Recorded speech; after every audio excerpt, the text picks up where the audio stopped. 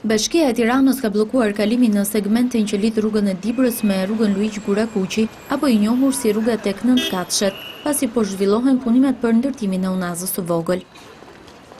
Bllokimi i këtij segmenti ka çuar edhe në devijimin e lëvizshmërisë së automjeteve. Rruga e Dibrës deri në sheshin Skënderbej do të jetë hapur për kalimin e makinave, të cilat deri tani e kishin të detyruar kthimin në rrugën Bardhog Biba. Në këtë mënyrë, rruga para 15 Katshit, që është segmenti nga sheshi Skënderbej deri tek rruga e Barikadave, do të jetë me 2 sense lëvizjeje, por me ndalim qëndrimi për automjetet.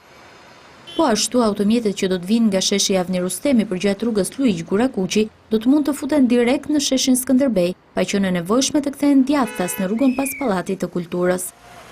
Ndryshimet do të psojnë edhe stacionet e autobusëve urban, linja Kamës Qendër, City Park Qendër dhe Vor Qendër do të stacionohen pas Pallatit të Kulturës.